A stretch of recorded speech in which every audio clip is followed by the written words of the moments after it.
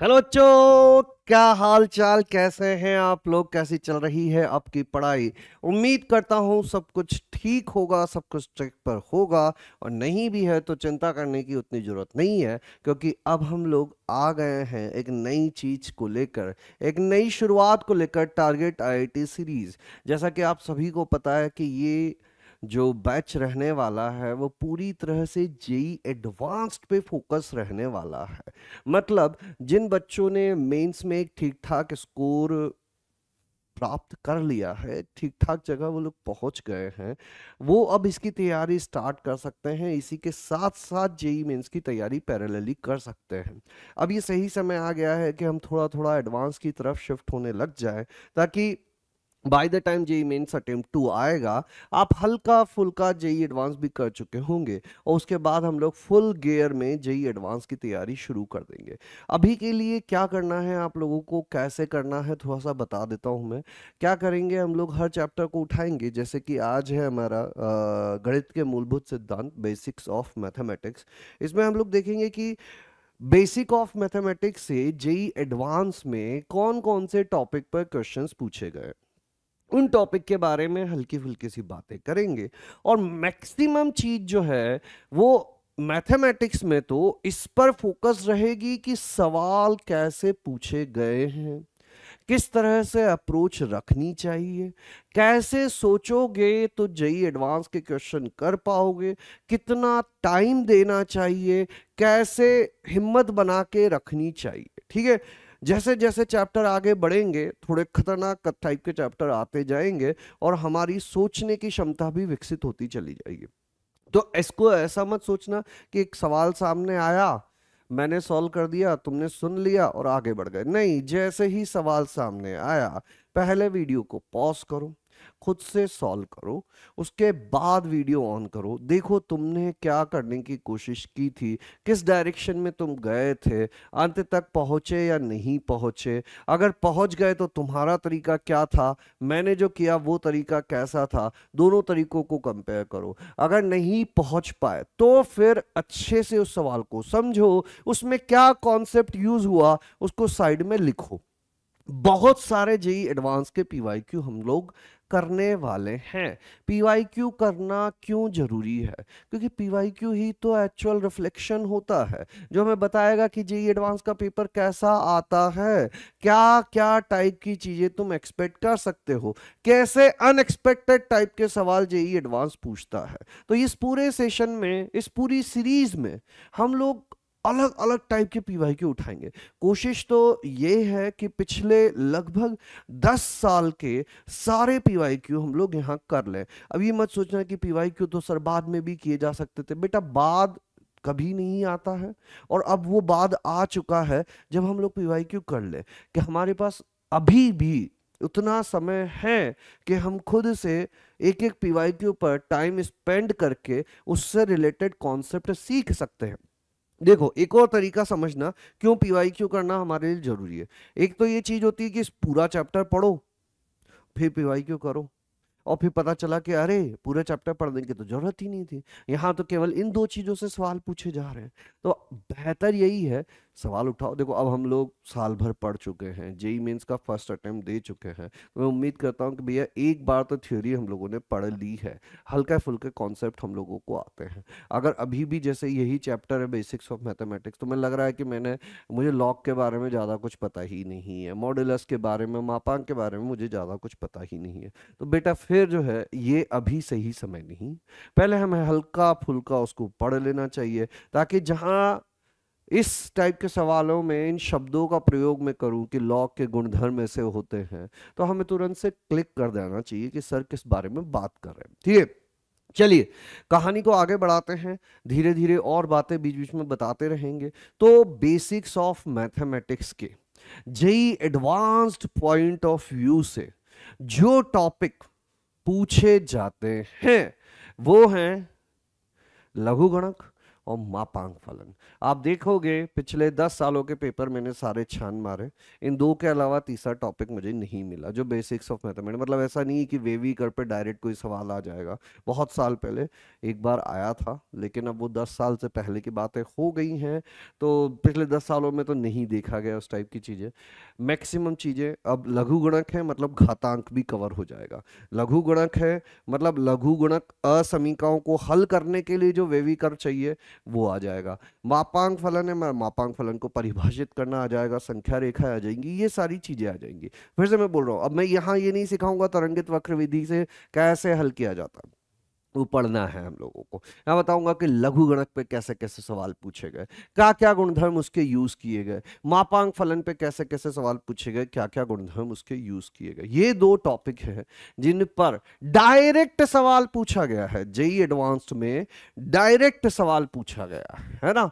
बाकी इनडायरेक्टली तो चीजें इधर उधर आती ही रहेंगी, जैसे कि घातांक तो लघु गणक के साथ हो जाएगा।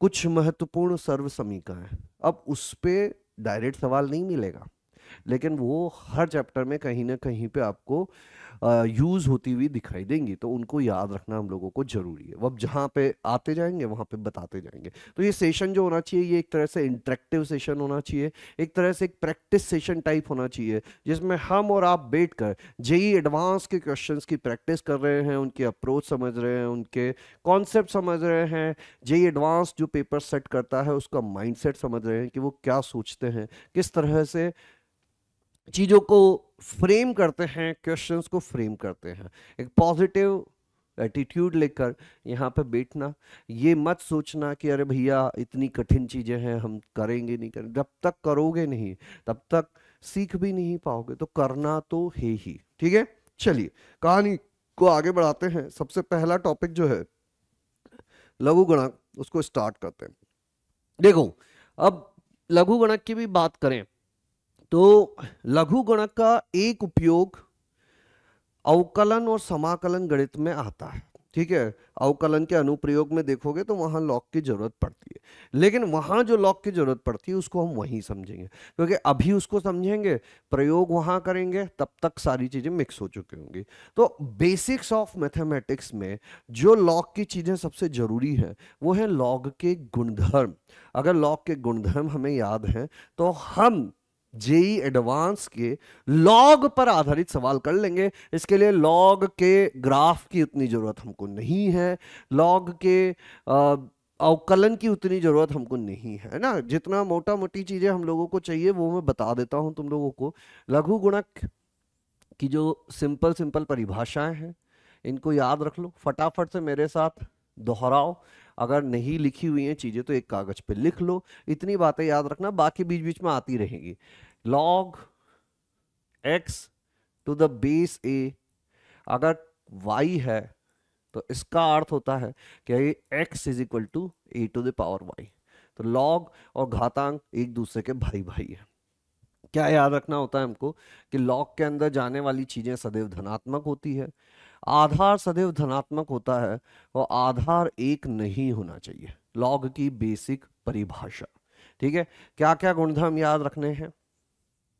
किसी संख्या का उसी आधार पर लॉग लिया जाए एक होता है, एक का किसी भी आधार पर लॉग लिया जाए शून्य होता है, किसी संख्या का उसके व्युत्क्रम आधार पर लॉग लिया जाए -1, किसी संख्या, ये सब याद होगा, मैक्सिमम बातें हो सकता है अधिकतर बच्चों को याद हो। और बहुत अच्छी बात भी एक फटाफट से हम लोग लिख ले रहे हैं। इनको नहीं याद है बेटा, या तो याद करो या पहले जाके जो मंजिल सीरीज में हमने लॉग पढ़ा है या लेक्चर में जो पढ़े हैं उनको देखो। मंजिल सीरीज एक ज़्यादा बेटर ऑप्शन है। एक लेक्चर में हमने एक चैप्टर कंप्लीट किया है, उसको जाओ देखो समझो। और क्या क्या बातें हैं हमारे पास लॉग की, जैसे कि यहाँ पर मान लीजिए m की घात अल्फा लिखा हुआ है, तो ये जो संख्या होती है इस संख्या की घात आगे आ जाती है, alpha log m to the base a। खुद से लिखा करो, जितनी बार लिखोगे उतनी बार याद रहेंगी चीजें। छपी छपाई चीजें पढ़ने से फायदा नहीं होगा, ठीक है, वो हमारी आंखों में नहीं बैठेंगी। आंखों में वही चीज बैठती है जिस पर हम खुद काम करते हैं। ठीक है, लॉग ए की घात बीटा एम की घात अल्फा, ये वाला नंबर सीधा आ जाता है और आधार की जो घात है वो व्युत्क्रम होके आगे आती है। ठीक है, और ये तो हो गई बेसिक प्रॉपर्टीज, एकदम सिंपल सिंपल। इसके बाद कुछ होती है जैसे कि बेस चेंजिंग प्रॉपर्टी होती है। मान लीजिए यहाँ पर लिखा हुआ है b to the base a, हम इनको किसी तीसरे बेस b को c आधार पर और a को भी c आधार पर ऐसे लिख सकते हैं। एक ये होता है कि अगर बेस और नंबर इन दोनों को इंटरचेंज करना हो तो व्युत्क्रम करके लिखा जा सकता है। इससे a यहाँ आ जाएगा, b यहाँ आ जाएगा। 11वां, ध्यान से सुनते रहना, लॉग, ये सबसे important property, m to the base a और log n to the base a, ये क्या हो जाएगा log a और यहाँ आ जाएगा m गुणा n। ध्यान रखना, अगर आधार समान हो और log में चीजें योग के रूप में लिखी हुई हों तो वो गुणा हो जाती है, लेकिन इसका ये अर्थ बिल्कुल नहीं है कि यहाँ पर log m गुणा log n है कि सर योग में है तो गुणा में हो जाती है, तो गुणा में है तो योग में कर दो। ये नहीं है, दिस इज रॉन्ग। कई बार बच्चे ऐसी गलतियां कर देते हैं, दिस इज रॉन्ग, मतलब ये डबल रॉन्ग हो गया। बस इतना कि ये बराबर नहीं होता। ठीक है, फिर से इस पे लौटते हैं। यहां पर 2 है, log a x1 log a x2 log a xn log a, ये हो जाएगा x1 x2 up to xn, यानी कि एक से अधिक लॉग भी योग के रूप में हो और उनके आधार समान हो तो वो गुणा के रूप में आ जाते हैं। इसी प्रकार से अगर ऐसा लिखा हुआ हो m बटा n, गुणा में था योग में चला गया, भाग में था तो अंतर में आ जाएगा, गुणा में था योग में चला गया, भाग में है अंतर में आ जाएगा। ये पहली अगली, मतलब ये पहले 6-8 बिल्कुल सिंपल, उसके बाद ये थोड़ा सा एक लेवल ऊपर वाली, और एक दो छोटी छोटी सी और भी होती हैं जो बहुत ही रेयरली कभी यूज होंगी। उनमें से एक ये है कि a की घात log c to the base b, तो इन दोनों को आपस में इंटरचेंज कर सकते हैं। c यहाँ आ जाएगा और a to the base b यहाँ पे आ जाएगा। समझ गए बात को? बोलो, इतनी प्रॉपर्टीज हम लोगों को रटी हुई होनी चाहिए, एकदम कड़क तरीके से याद रहनी चाहिए। इसमें किसी को कोई कंफ्यूजन नहीं रहना चाहिए। अगर किसी को इन प्रॉपर्टीज में याद रखने में दिक्कत है तो पहले जाके इनको याद करो। अब देखते हैं हम लोग कि किस टाइप की चीजें पिछले सालों में पूछी गई, एकदम सिंपल ऑर्डर में जमाया गया है। सबसे पहले सबसे सिंपल चीजों से स्टार्ट करेंगे, धीरे धीरे आगे बढ़ाएंगे। तो ये बात उस जमाने की है जब थोड़ी सी सिंपल चीजें भी आ जाया करती थी। आजकल तो पेपर में तुम्हें इतने सिंपल सवाल देखने को मिलेंगे नहीं। अब ये भी उतना स्ट्रेट फॉरवर्ड तो नहीं है, हल्का फुल्का तो तुम्हें सोचना ही पड़ेगा। ठीक है, हलों की संख्या है तो वीडियो को करो पॉज और खुद से करो। ठीक है, क्या किया जाए? देखो, यहां पे मैं रूल बताता जाऊंगा तुमको। रूल नंबर 1, लॉग का आधार एक जैसा बनाओ। ये जिसने समझ लिया भैया उसको आधा सवाल तो पका पकाया मिल गया। अगर सवाल में अलग अलग टाइप के लॉग दिख रहे हैं तो संख्याएं चाहे तुम समान बना पाओ या ना बना पाओ, आधार समान बनाओ। अब आधार कैसे समान बनाए? यहां लिखा हुआ है 4, यहां लिखा हुआ है 2, तो या तो इस 2 को 4 बनाओ या 4 को 2 बनाओ। तो मैं क्या करता हूं, 4 को 2 बना देता हूं। कैसे बना दे, 2 का वर्ग लिख दो, x माइनस 1, x माइनस 3। ये भी बताऊंगा कि कैसे ये लोग हमको घुमा फिरा कर हमसे गलतियां करवाने की कोशिश करते हैं, और इनसे हमें बिल्कुल बच के रहने की जरूरत है। अब देखो, आधार की जो घात होती है जब वो आगे आती है ना, व्युत्क्रम हो जाती है। तो ये जो 2 है ये आगे आके व्युत्क्रम हो गया। क्या अब घातें एक जैसी बन गई? सॉरी, आधार एक जैसा बन गया, बिल्कुल बन गया। तो क्या लॉग की तुलना की जा सकती है? एक समस्या, ये 1/2 आगे लिखा हुआ है, अब इस 1/2 को कहाँ भेजूं? आधार में तो फिर से भेज नहीं सकते। अब आधार में नहीं भेज सकते तो कोई बात नहीं, संख्या पे भेज दो। अब संख्या पे भेजेंगे, अगर इस 1/2 को जो कि आगे लेके आए हो इसको यहाँ भेजोगे तो ये अंडर रूट वगैरह आ जाएगा। तो हम अंडर रूट से भी थोड़ा सा बच के रहते हैं, अंडर रूट वगैरह हमको उतने पसंद है नहीं। तो उसको क्या करो, 2 को इधर भेज दो, ठीक है। अब क्या करो, 2 को इधर भेज दिया। अब इस 2 को अगला जो गुणधर्म यहां भेज दो। कौन से गुणधर्म की बात हो रही है? इस गुणधर्म की। आगे लिखा हुआ इसकी घात में चला जाता है, घात में लिखा हुआ आगे आ जाता है। आधार की घात व्युत्क्रमों के आगे आती है। यहां कोई चीज लिखी हुई हो तो उसको आधार की घात पे लाओगे तो वो व्युत्क्रम हो जाएगी। इसी बात को आगे बढ़ाते हुए इसको यहाँ पे भेज दिया जाए तो ये क्या हो जाएगा, log x minus 1 to the base 2। इस 2 को इधर भेज दोगे तो log x माइनस 3 का वर्ग।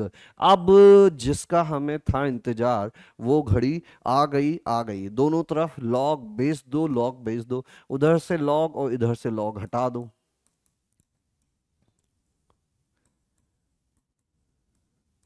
अब यहां पर नोट, क्या लॉग को हटाया जा सकता है? हाँ, अगर दोनों तरफ लॉग लिया जा रहा है तो उसको हटाया जा सकता है और अप्लाई भी किया जा सकता है। इसको दूसरी तरह से ऐसे समझ सकते हो कि लॉग और घातांक एक दूसरे के इनवर्स होते हैं।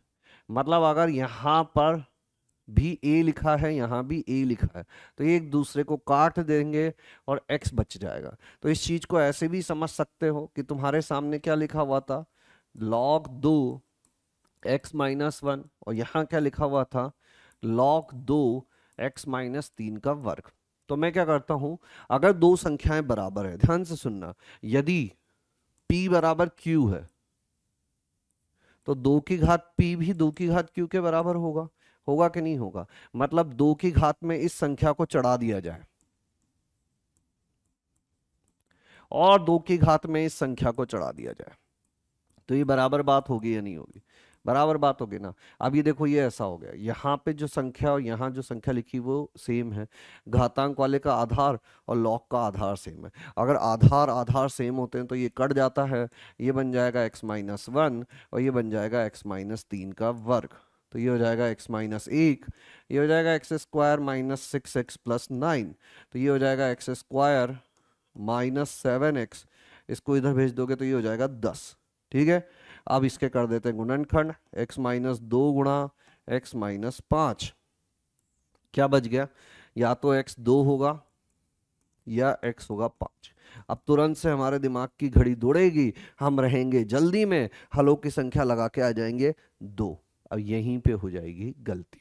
क्या गलती हो जाएगी कि बेटा एक बात याद रखना, जब लॉग लिखा जाता है तो लॉग लिखने के साथ ही यह बात तय हो जाती है कि लॉग के अंदर की चीजें धनात्मक रहनी चाहिए। x माइनस 3 भी धनात्मक रहना चाहिए, x माइनस 1 भी धनात्मक रहना चाहिए। यानी कि प्राप्त हलों को तुम्हें चेक करना पड़ेगा। x minus x is equal to 2 रखो, 2 माइनस 1 धनात्मक है, लेकिन 2 माइनस 3 ये हो गया ऋणात्मक, इसीलिए x इज इक्वल टू 2 को करना पड़ जाएगा रिजेक्ट। अगला x is equal to 5, 5 minus 1 4 धनात्मक आ रहा है, 5 माइनस 3 2 धनात्मक आ रहा है, दोनों तरफ से धनात्मक आ रहा है, लॉग के अंदर धनात्मक, हम कर लेंगे एक्सेप्ट, यानी कि केवल और केवल एक हल मिलेगा। तो जो मैं बोल रहा हूं कि सबसे हल्का सवाल था उसमें भी हम लोगों को गलती होने की संभावना थी। ध्यान से करोगे अच्छे से सीख पाओगे। आगे बढ़ते हैं, लेवल धीरे धीरे आगे बढ़ाते हैं। जैसे कि ये सवाल करो, 2022 का काफी रीसेंट सवाल है ये। बताओ, करो वीडियो पॉज, करो खुद से सॉल्व। एक्स की घात 16 गुणा 16 गुणा लॉग एक्स की घात 5 का cube minus 68 log x to the base 5 is equal to 5 times -16 को संतुष्ट करने वाले x के सभी धनात्मक वास्तविक मानों का गुणनफल है। ठीक है, ध्यान से सुनना। अब दिखने में बड़ा खतरनाक सवाल है ना, कैसे अप्रोच किया जाए। ध्यान से सुनो, यहां लॉग का आधार क्या है 5, यहां लॉग का आधार क्या है 5। क्या किया जाए, दोनों तरफ दोनों पक्षों में 5 आधार पर लॉग ले लिया जाए। ऐसा क्यों कर रहा हूं मैं, ताकि सारी चीजें घातांक से हट जाएंगी और केवल केवल लॉग में आ जाएंगी। देखो, दोनों चीजों को एक साथ लेकर नहीं चल सकते हो, या तो प्रश्न घातांक में हल होगा या लॉग में हल होगा। अब घातांक यहाँ पे बराबर नहीं है, इस घात का आधार 5 है, उस घात में आधार x है, मतलब सीधे सीधे तो तुलना नहीं की जा सकती। तो तुम क्या करो, 5 आधार पर लॉग ले लो। लॉग 16 है यहाँ पे, 16 गुणा log x to the base 5 का क्यूब माइनस 68 गुणा log x to the base 5 is equal to log 5 minus 16।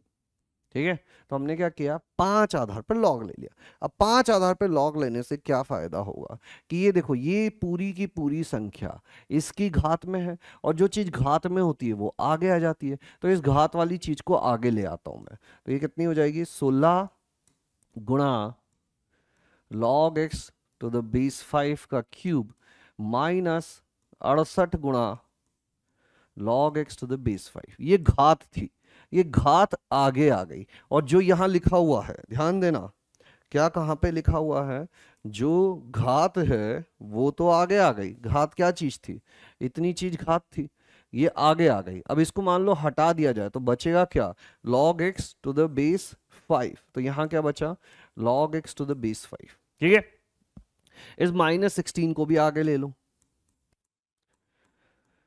तो ये हो जाएगा log 5 टू द बेस 5। अब यहां क्या हो रहा है, इस log x to the base 5 को t मान लिया जाए, तो t मान लिया जाए तो ये क्या हो जाएगा, 16t क्यूब माइनस 68t गुणा t, और ये कितना हो जाएगा, -16 और बेस 5 टू द 5, ये हो जाएगा 1।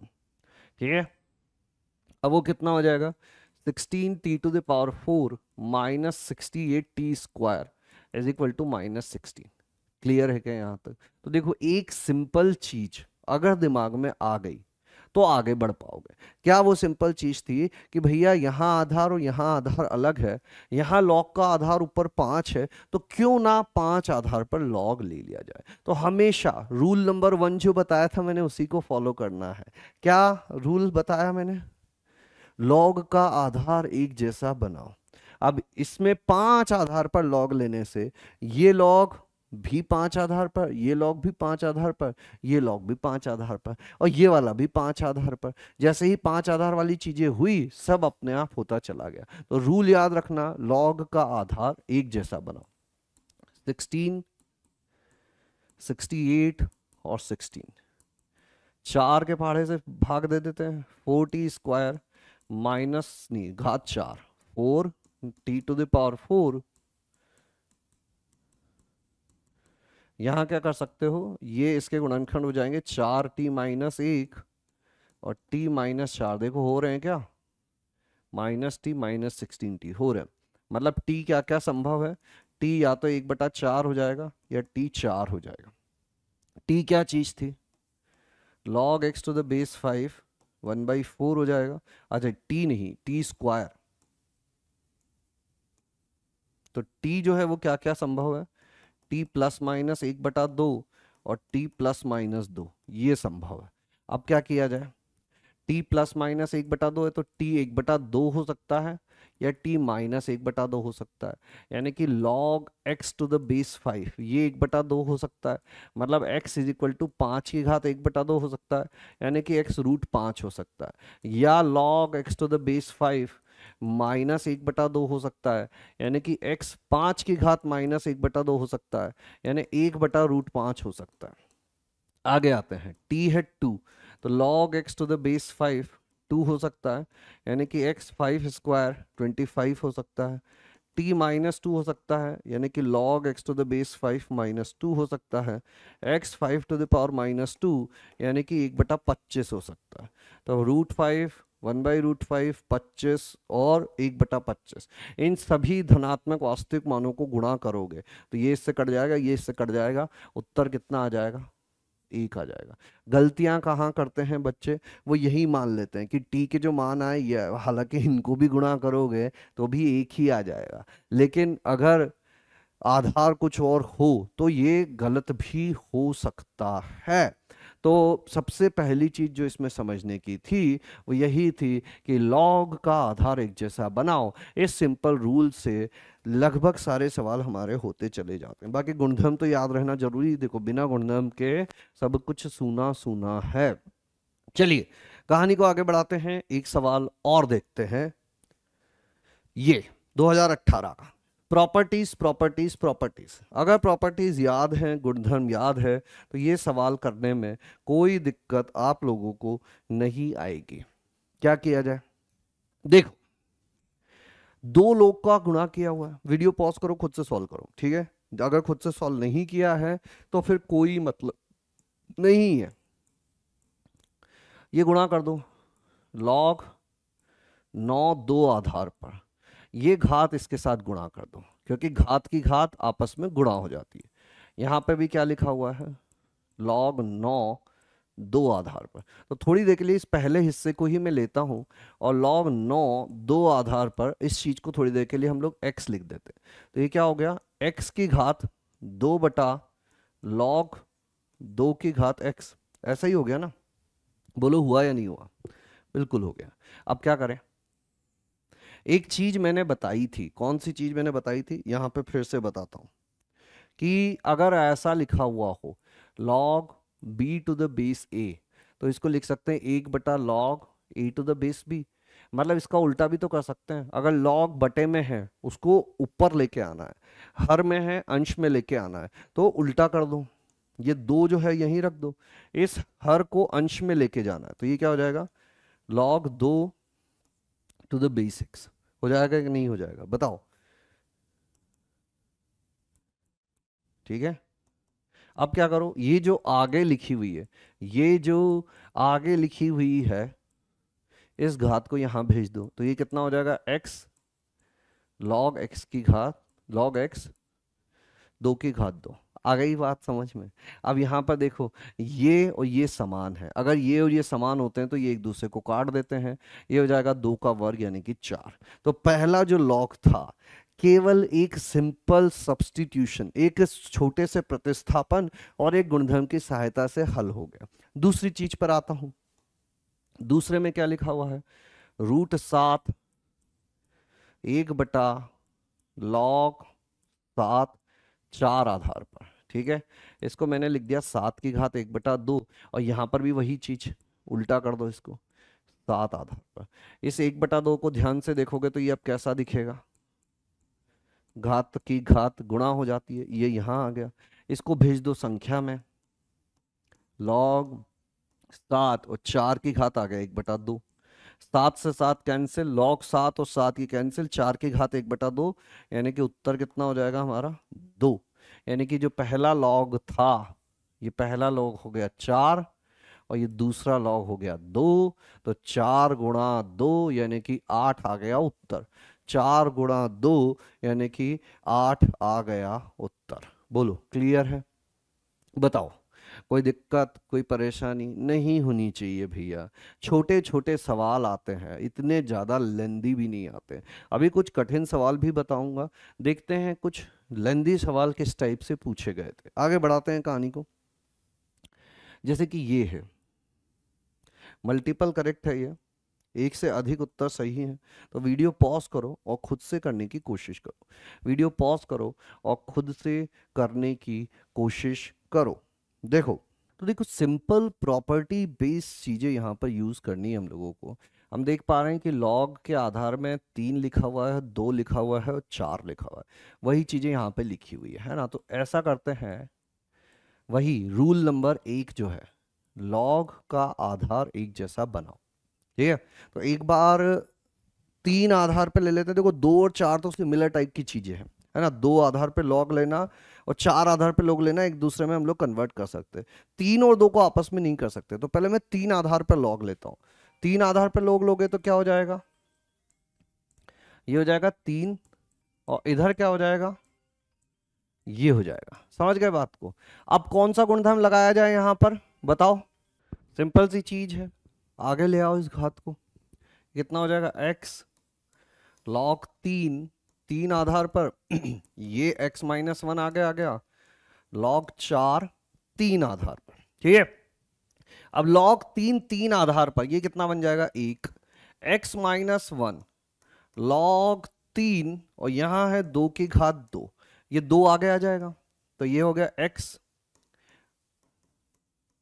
अच्छा पहले 4 वाला देख लेंगे, 4 वाला तो बन ही गया है हमारा। चलो ठीक है, करते हैं, पहले 4 वाला ही कर लेते हैं यहाँ पे, है ना। तो ये log 3 1 हो जाएगा, और इसको x के साथ गुणा कर दिया जाए तो log 4 आधार पर 3, सॉरी 4 3 आधार पर -4 3 आधार पर। अब इसको इधर भेज दो, log 4 3 आधार पर x log 4 3 आधार पर -x। ठीक है, तो log 4 3 आधार पर, और x यहां कॉमन ले लिया जाए तो ये क्या हो जाएगा, log 4 3 आधार पर -1। तो x का जो पहला मान आया वो आया है log 4 3 आधार पर बटे log 4 3 आधार पर -1। तो ऐसा कोई दिख रहा है क्या तुमको, ऐसा कोई दिख रहा है क्या। 4 आधार वाला थोड़ा सा अलग दिख रहा है, लेकिन पहला वाला मिल गया हमको। कैसे, ध्यान से सुनना। अच्छा दोनों चीजें बता देता हूं कैसे कैसे इससे आगे बढ़ सकते हैं हम लोग। एक काम तो ये किया जा सकता है कि इसको ये लिख दिया जाए।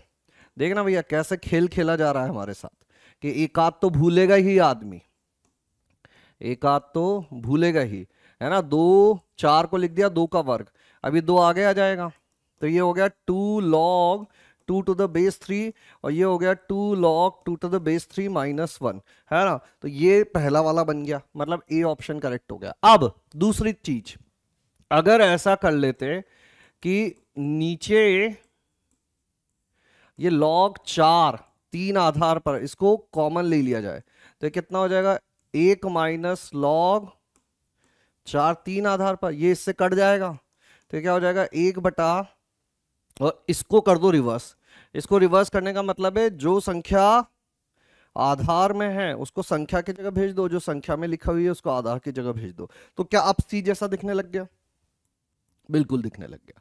ठीक है, और कौन सा देखें, देखो log 2, ये वाला तो नहीं है, ये वाला तो गलत है। ठीक है, क्योंकि ये ऐसी की ऐसी चीज लिखी हुई है, लेकिन 3 2 आपस में अलग अलग हो रखे, तो दोनों एक साथ होना संभव नहीं है। अब बचता केवल बी ऑप्शन। तो बी ऑप्शन में क्या है, आधार में लिखा हुआ है 2, तो जिसमें आधार में 4 था उससे आगे बढ़ते हैं हम लोग। आधार में 4 किस में है, ये रहा। इस आधार में 4 को आधार में 2 कैसे कन्वर्ट किया जाए, तो यहां साइड में आता हूं और यहां बताता हूं मैं तुमको। 1 माइनस log 3, और इसको लिख दो 2 का वर्ग। अब आधार में जो घात होती है वो व्युत्क्रम होके आगे आती है, तो ये हो जाएगा 1 माइनस 1/2 आगे आ जाएगा। अब 2 को लघुत्तम लेके भेज दिया जाए तो 2 ऊपर भी चला जाएगा और 2 यहां भी आ जाएगा। तो ये हो जाएगा 3 to the base 2, यानी कि कौन सा आंसर हो गया, बी आंसर हो गया। कौन सा आंसर हो गया, बी आंसर हो गया। समझ गए इस बात को, बोलो क्लियर है, कर पाओगे इस टाइप के सवाल। और देखते हैं लॉग के कुछ सवाल। करो वीडियो पॉज और करो खुद से सॉल्व, करो वीडियो पॉज और करो खुद से सॉल्व। बड़ा अच्छा सवाल है ये भी, बड़ा अच्छा, बड़ा ध्यान से करने वाला सवाल है। जिसने जल्दीबाजी की उसने गड़बड़ की। ध्यान से करो, बिल्कुल एकदम शांति से वीडियो पॉज करो और खुद से सॉल्व करो।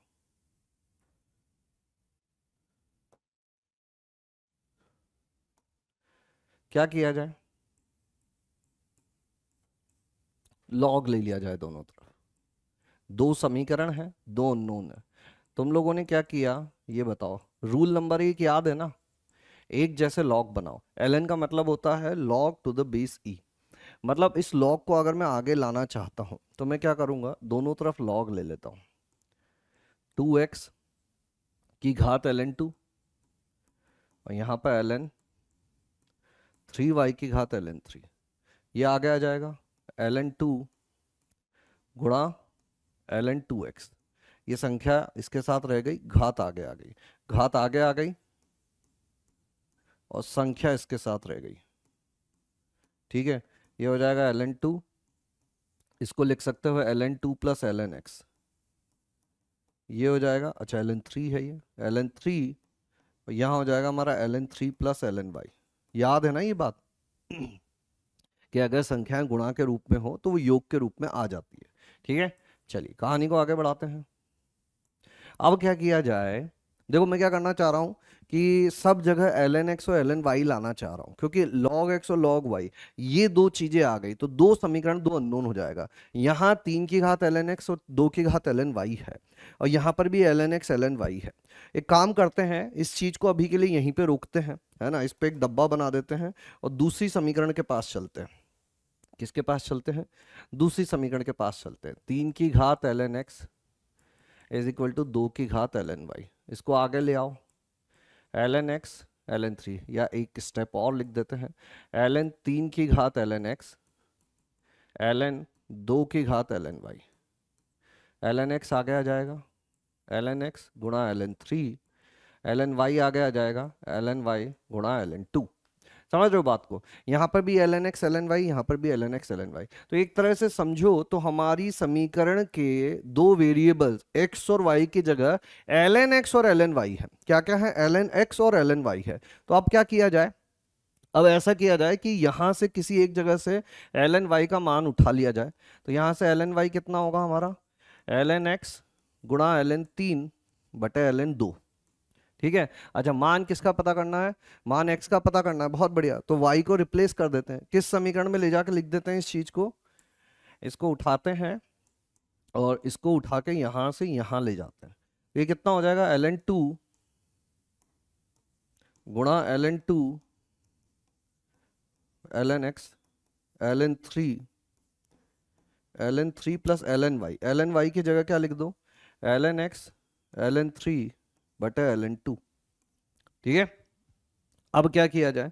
देखो यहां से ln 3 भी कॉमन आ रहा है और लघुत्तम ले लेते हैं यहां पर, तो क्या हो जाएगा? ध्यान से देखते रहना भैया, साफ सुथरी कैलकुलेशन। मैंने पहले ही बोला था कि कैलकुलेशन बहुत साफ सुथरी करनी पड़ेगी।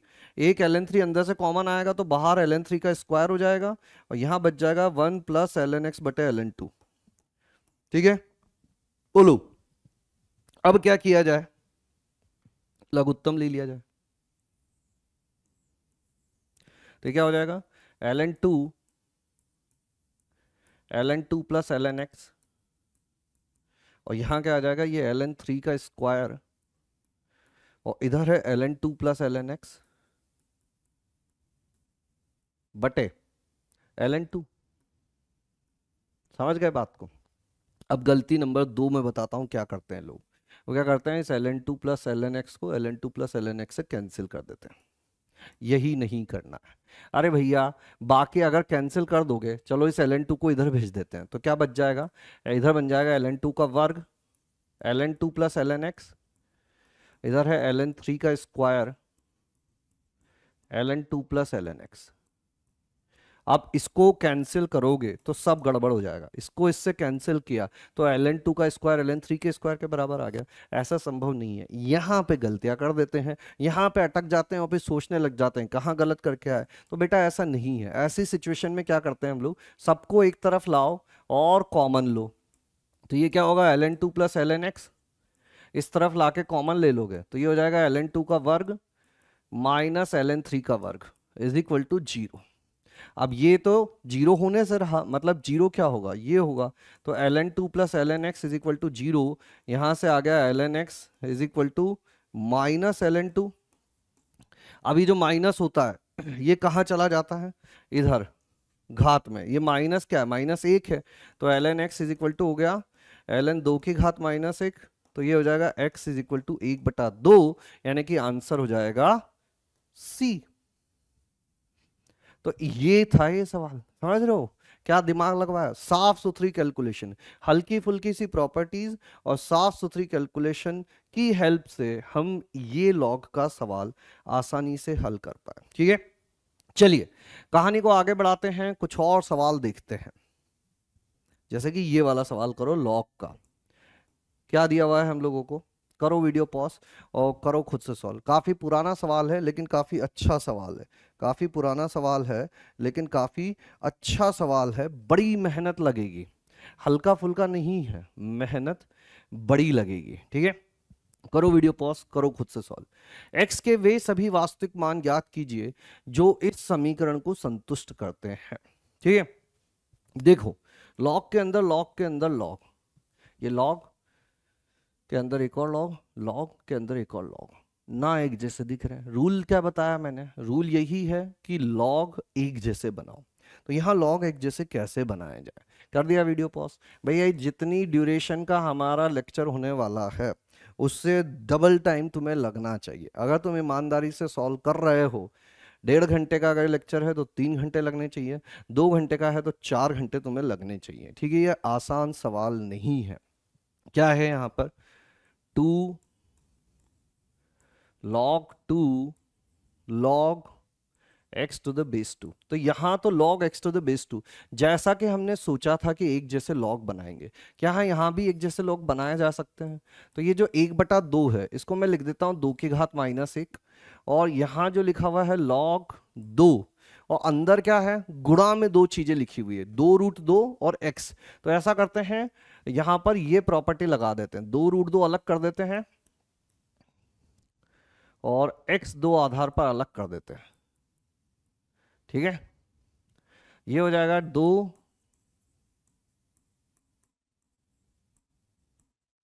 प्लस 2, ये आगे आके माइनस 1 हो जाएगा। ये कितना हो जाएगा, 2 की घात 1, 2 की घात 1/2, 2 की घात कितना हो गया, 3/2 हो गया, और प्लस log x 2 आधार पर। अब देखो भैया यहां पे चीजें तो एक जैसी दिखने लगी, यहां पे भी log x 2 आधार पर है, यहां पर भी log x 2 आधार पर है। तो क्या किया जाए, इस log x जो 2 आधार पर है इसको थोड़ी देर के लिए t मान लिया जाए। तो ये हो जाएगा 2 log 2 t माइनस log 2, ये 3/2 आगे आ जाएगा,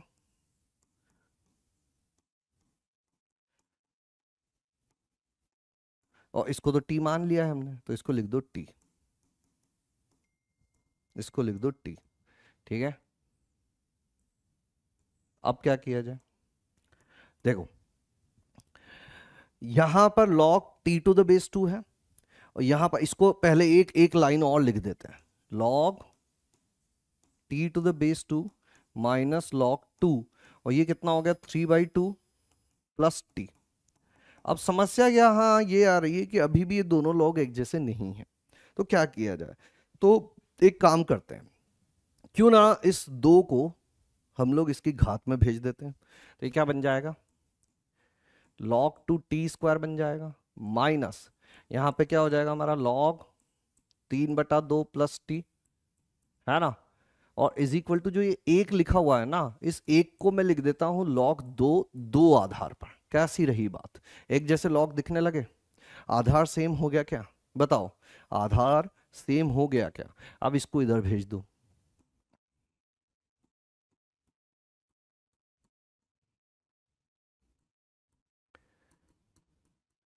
तो इधर भेज दिया तो अब दो गुणधर्म लगेंगे, एक तो log योग में है तो वो गुणा में आ जाएंगे, t²,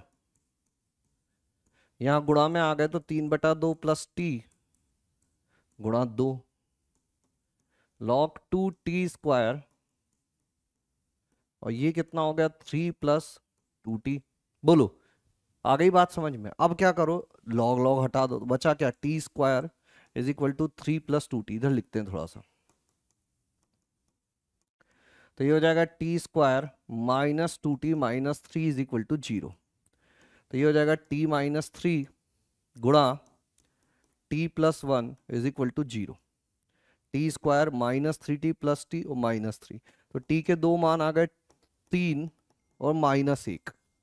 ठीक है, तो क्या क्या हो जाएगा, log x⁻², ये 3 हो सकता है, यानी कि x = 2⁻³ यानी कि 8 हो सकता है ना। और दूसरा -1, यानी x जो है वो 1/2 हो सकता है। ठीक है, log x⁻²। अब क्या ये दोनों मान संतुष्ट कर रहे हैं क्या?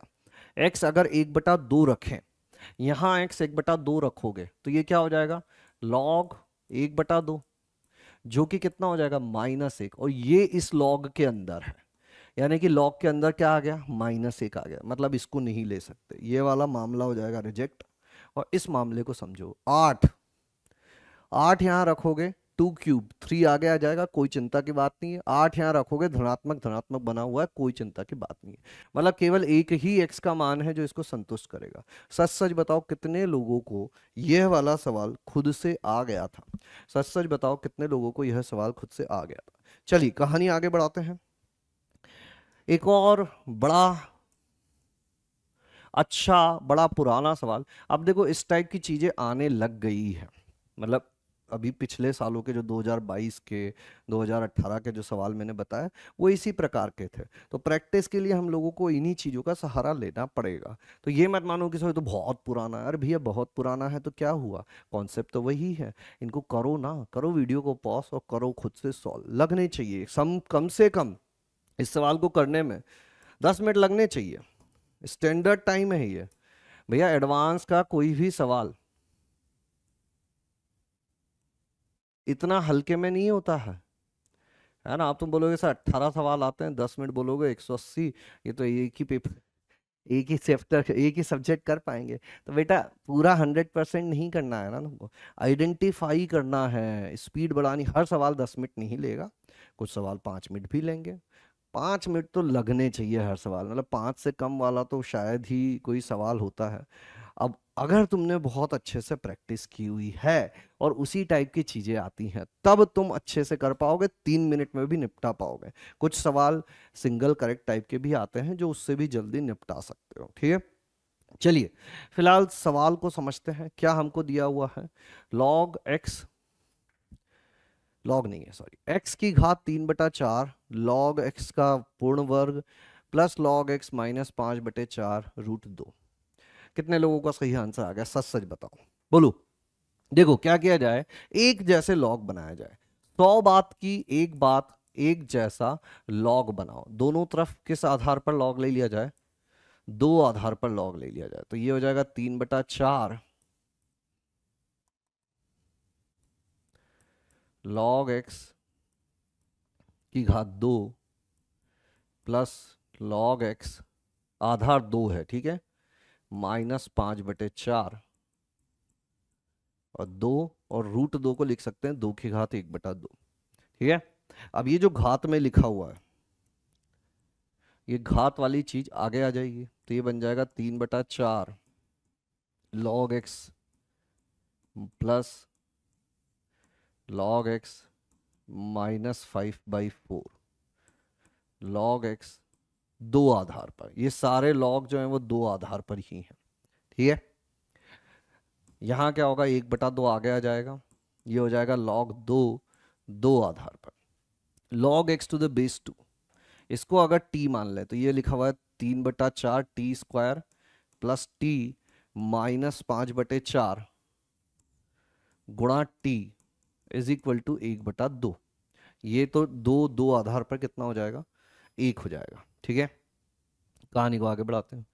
4 लघुत्तम ले लिया जाए, 3t² प्लस 4t -5 गुणा t, 4 इधर गुणा कर दो तो हो जाएगा 2, इसको अंदर भेज दो। 3t³ plus 4t² -5t -2 is equal to 0। आ गई क्यूबिक, क्या आ गई? क्यूबिक आ गई। अब इस क्यूबिक के हल पता करने हैं। तो क्यूबिक के हल कैसे पता किए जाते हैं? तीन घात वाले बहुपदों का हल करने का ऐसा हमारे पास कोई सूत्र नहीं है, हम हिट एंड ट्रायल से ही करते हैं। कैसे किया जाए हिट एंड ट्रायल से? देखो 3t³ + 40² -5t -2, यानी t इज इक्वल टू 1 रखने पे संतुष्ट हो रहा है। t इज इक्वल टू 1 रखने पे संतुष्ट हो रहा है ना, बोलो। 3 + 4 -5 -2, यानी कि एक हल तो क्या हो गया? t इज इक्वल टू 1 हो गया। अब एक हल जैसे ही t इज इक्वल टू 1 मिला, मतलब t -1 को अलग कर लिया, बचेगा क्या? कितना होना चाहिए? 3t³। इस t से क्या गुणा करें कि 3t³ बन जाए? तुम बोलोगे सर 3t² गुणा करो, ठीक है। आगे आते हैं, नियतांक में कितना आना चाहिए? -2। यहाँ क्या नियतांक हो? -1 से क्या गुणा हो कि -2 बन जाए? तो +2 गुणा हो जाए। अब क्या आ रहा है? ये आ रहा है -3t² और प्लस का 4t² चाहिए। इसको इससे गुणा करोगे, -3t² आ रहा है, प्लस का 4t², मतलब यहाँ 7t² गुणा होना चाहिए। 7t², यानी कि इसका t जब इस t से गुणा होगा तो 7t² आना चाहिए। तो यहाँ क्या आ जाएगा? 70 आ जाएगा। वेरीफाई कैसे करें? टी वाले से कर लो। टी कैसे क्या मिलेगा तुम लोगों को? जब 2 इससे गुणा होगा 2t -70, तो -5t हो जाएगा, ठीक है। अब क्या किया जाए? एक तो हो गया t इज इक्वल टू 1 जो हम पहले से जानते थे, दूसरा यहां से मिलेगा। यहां से क्या मिलेगा? -7 + -7 7 49 -4 या 12 दूना 24, बचे कितने? बटे कितने? अच्छा इसके तो टुकड़े हो जा रहे हैं, बहुत बढ़िया बात हो गई भैया, वाह वाह।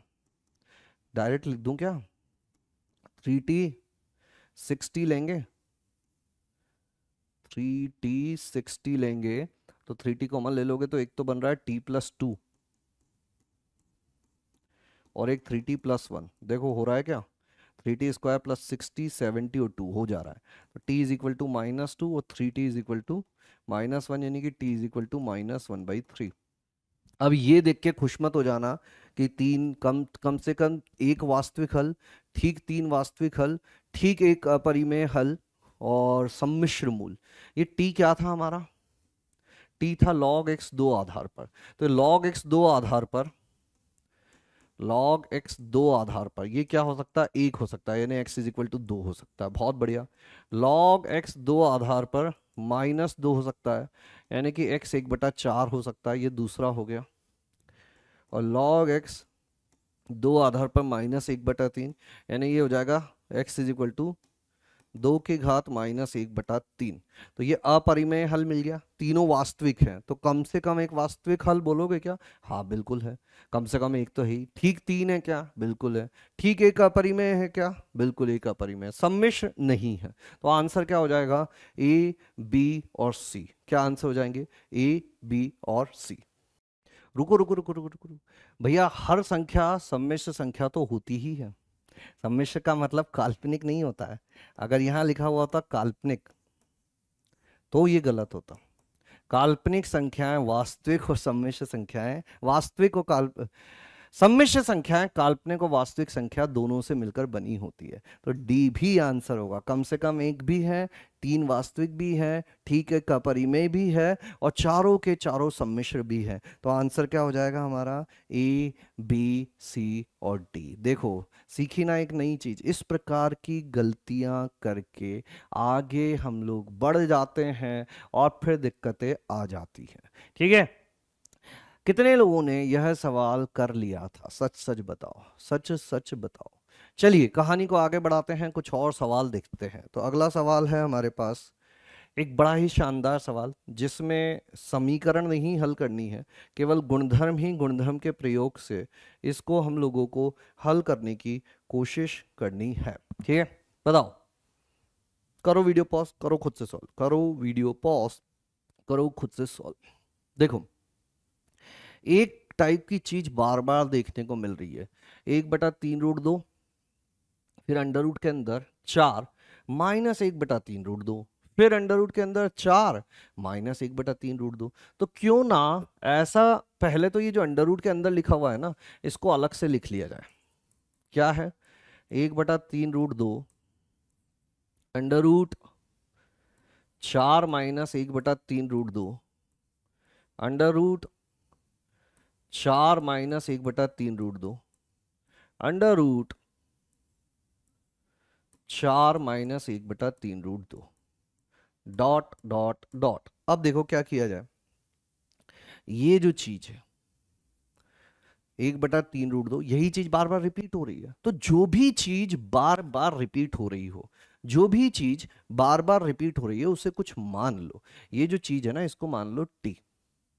आप ध्यान से देखोगे तो ये और ये तो एक ही चीज है। या यूं बोल दो, एक और तरीके से समझाते हैं तुमको, कि ये जो पूरा है, इस पूरे को बोल दो टी।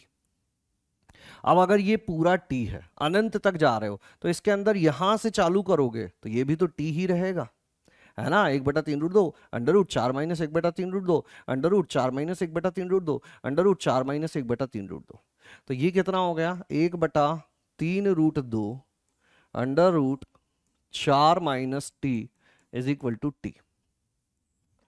तो इसको इधर भेज दो, 4 - t = 3 √2t। बोलो अब क्या करें, हमें मान तो टी का ही बताना है। पहले टी पता करेंगे, तभी तो टी को ले जाकर यहां रखोगे और आगे की कहानी कर पाओगे। तो टी का मान कैसे पता किया जाए, दोनों तरफ वर्ग कर दिया जाए। कैसे किया जाए, 4 - t, ये हो जाएगा 3×3 = 9, दूनी 18t²। तो ये हो गया 18t² प्लस t -4 = 0।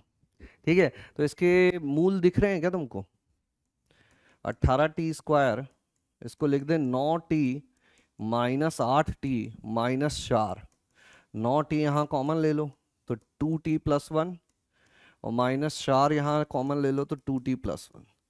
तो ये कितना आ गया, 9t - 4 और 2t + 1। यानी कि t का मान या तो 4/9 होगा, या t का मान -1/2 होगा। अब अगर t का मान 4/9 ले, तो यहाँ तब तो कोई दिक्कत नहीं है, ठीक है। लेकिन -1/2 लोगे, ये जो t है, तो फिर लॉग के अंदर ऋणात्मक चीज आ जाएगी, जो हम लोग नहीं ले सकते। पहली चीज तो इसलिए रिजेक्ट हो जाएगा। दूसरी चीज, अंडर रूट जो होती है वो हमेशा धनात्मक संख्या होती है। अब अंडर रूट एक धनात्मक संख्या है, उसके साथ एक और धनात्मक संख्या गुणा की, धनात्मक गुणा धनात्मक, एक धनात्मक ही उत्तर आएगा, ठीक है। अब क्या किया जाए, 4/9, तो ये हो जाएगा 6 + log 3/2 गुणा, यहां लिख दो 4/9। अब 3/2 और 4/9 तो एक जैसे लग रहे हैं चीजें, 3/2 और 4/9 तो जानी पहचानी सी चीजें हैं। log 3/2, इसको क्या लिख सकते हो, ये लिखा हुआ है 2/3 का वर्ग, है ना। ये 2 आगे आ जाएगा, और ये है 3/2 और ये है 2/3। अब 3/2 2/3 एक दूसरे के व्युत्क्रम है। जब संख्याएं व्युत्क्रम होती है तो माइनस आ जाता है, 6 - 2 4 हो जाएगा, आंसर हो जाएगा 4। समझ गए, कर पाओगे इस टाइप की चीजें, कोई दिक्कत कोई परेशानी नहीं होनी चाहिए, ठीक है। चलिए फिर कहानी को आगे बढ़ाते हैं, अगली पड़ाव पर चलते हैं, कुछ और अलग अलग टाइप के सवाल देखते हैं। ये वाला करो, बड़ा सिंपल सा सवाल है। करो वीडियो पॉज और करो खुद से सॉल्व, करो वीडियो पॉज और करो खुद से सॉल्व। log 7 दो आधार पर क्या है, एक पूर्णांक है, परिमेय संख्या है, अपरिमेय संख्या है, अभाज्य संख्या है, क्या है ये, बोलो। कैसे पता करें, कैसे पता करें। तो इस टाइप के सवालों को हल करने का तरीका होता है विरोधाभास से। ये सवाल हमने क्लास में भी लिया हुआ है ना। इसको मान लेते हैं हम कि यह एक परिमेय संख्या है, जहां पर p और q पूर्णांक है और q शून्य नहीं है, ऑब्वियसली, है ना। हर में लिखा है तो शून्य नहीं हो सकता, ठीक है। मान लिया हमने, अब मान लिया, और इसको अब हम लोग गलत साबित करने की कोशिश करेंगे कि यह पूर्णांक नहीं है। अगर ये पूर्णांक नहीं होगा तो ये परिमेय संख्या भी नहीं होगी, है ना। और नहीं, हमने क्या मान लिया, इसको परिमेय मान लिया। अगर ये परिमेय नहीं होगा तो पूर्णांक तो होने का सवाल ही पैदा नहीं होता, और अभाज्य भी होने का सवाल पैदा नहीं होता। तो उस स्थिति में केवल अपरिमेय ही हमारे पास बच जाएगा। देखते हैं कैसे, देखो इसका क्या अर्थ होता है कि इस 2 को इधर भेज दिया जाए तो ये हो जाएगा 2 की घात p बटा q, है ना। इसको दोनों तरफ q घात से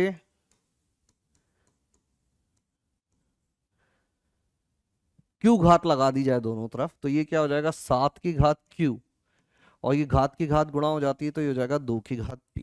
अब क्या लिखा हुआ है, 7 की घात q इज इक्वल टू 2 की घात p। 7 की घात q, 2 की घात p।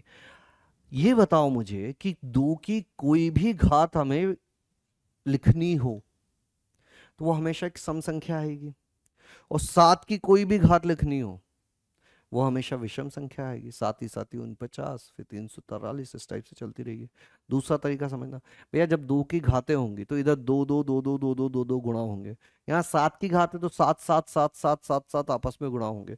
क्या कोई भी 2 के गुणज 7 के गुणज भी बन पाए, मतलब 2 2 2 2 के जो गुणज हैं, 2 के जो घातांक है वो 7 के घातांक के बराबर हो सकते हैं क्या? नहीं हो सकते। p और q के पूर्णांक मानों के लिए तो नहीं हो सकते। तुम बोल दो कि भैया हम सर कुछ और कर देंगे, उटपटांग घाते लेके आ जाएंगे, तो वो अलग बात है। हमने शुरू में ही माना था p और q कैसे होने चाहिए, पूर्णांक होने चाहिए। तो p और q के किसी पूर्णांक मान के लिए ऐसा संभव नहीं है। मान ली बात। अगर किसी लोगों किन्हीं को ऐसे मानने में दिक्कत हो रही है तो क्या करो, दोनों तरफ लॉग ले लो। किस पे लॉग ले लिया जाए, इधर 7 घात पे, फिर तो वो वापस से वहीं पहुंच जाओगे हालांकि, या किसी और घात पे ले लिया जाए, 7 की घात q, है ना, लॉग a 2 की घात p, तो q आगे आ गया।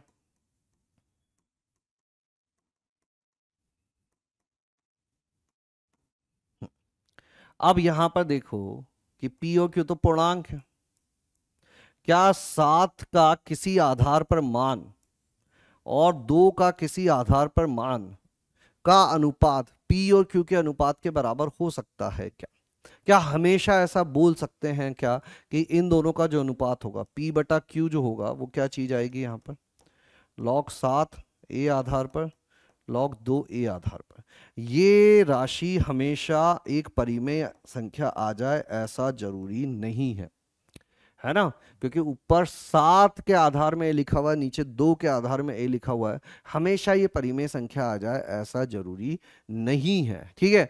तो फिर से वापस से वहीं पे हम लोग पहुंच गए कि ऐसा जरूरी नहीं है हमेशा कि 7 2 आधार पर एक परिमेय आ जाए। मतलब परिमेय नहीं है तो कैसा हो गया, अपरिमेय हो गया।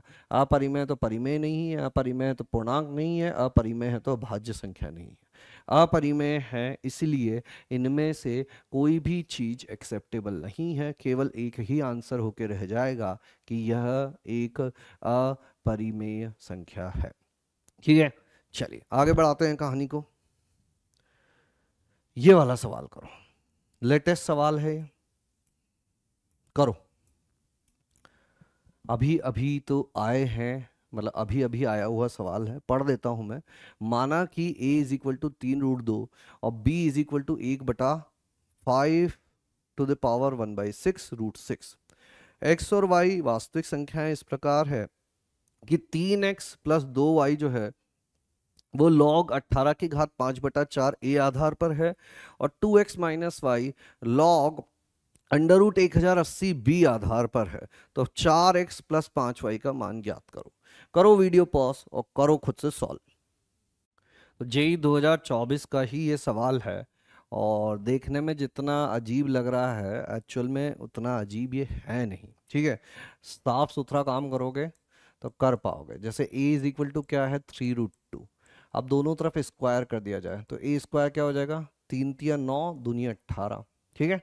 इधर आ जाते हैं, b इज इक्वल टू कितना है, 1/5 यानी कि 5 की घात माइनस 1/6, और 6 की घात 1/2 है तो इसको लिख सकते हैं 6 की घात माइनस 1/2, ठीक है। अभी इसको यहीं रोकते हैं। अब इनको समझते हैं कि a आधार के साथ जो चीजें लिखी हुई है वो क्या है, 18। तो देखो 18 तो a स्क्वायर है ही, तो यहाँ तो दिक्कतें खत्म हो गई हमारी, है ना। 18 को हम लोग सीधा सीधा लिख सकते हैं कि ये a स्क्वायर है। दूसरा इस पर आओ, 1080, 1080 कितना हो जाएगा, 108, है ना। 108 की बात करें तो 36 तिया 108 होता है, इंटू 10, 36 हो जाएगा हमारा 6 का वर्ग, यानी कि 2 गुणा 3 का वर्ग गुणा 3 और गुणा 2 गुणा 5। हाँ ठीक है ये बात, बोलो। अब ये एक 3 गुणा 2 यहाँ पर भी है, तो ये टोटल मिला के क्या हो गया, 2 गुणा 3 की घात 3 हो गया और एक 5 हो गया, यानी कि 2 तिया 6 की घात 3 हो गया और 5 की घात 1 हो गया। अब देखो क्या किया जाए, ये भी से देखी देखी चीजें दिख रही हैं क्या दोनों? अगर मैं यहां पर इसकी घात 6 कर दूं, b की घात 6, तो ये क्या हो जाएगा, 5 की घात -1 बटा 6, इसके पूरे की घात 6 कर दी जाए, तो b की घात 6 हो जाएगा 5 की घात -1 और 6 की घात -3। यानी कि ऐसी ही चीजें दिख रही है, ये इनका रेसिप्रोकल कर दिया जाए तो ये हो जाएगा 1 बटा b की घात 6 और यहाँ आ जाएगा 5 गुणा 6 की घात 3। मतलब ये सिमिलर चीजें तो हो गई, है ना। मतलब 1080 जो है हमारा वो भी इसी रूप का है और ये भी इसी रूप का है। 1080 जो है वो यही चीज है, और 1080 का अंडर रूट चाहिए एक्चुअल में हमको, तो अंडर रूट 1080 कितना हो जाएगा, 1/b³ हो जाएगा। ये चीज बस पहचानने की थी, इतनी चीजें जिसने पहचान ली वो ये सवाल कर लेगा। ठीक है, तो 2024 तक की चीजें हो गई है भैया, कहाँ 1989 से हमने शुरू किया है और 2024 तक आ गए, हर वैरायटी लॉग के हमने कवर कर लिए। बताओ फटाफट से क्या आंसर आ रहा है। 3x + 2y log a, ये हो जाएगा a² की घात 5/4। देखो a² है 18, है ना, तो ये क्या हो गया 5/2 हो गया। 3x + 2y log a की घात 5/2 हो गया, 5/2 को आगे ले लो, log a⁴ हो गया, तो ये हो गया 3x + 2y = 5/2।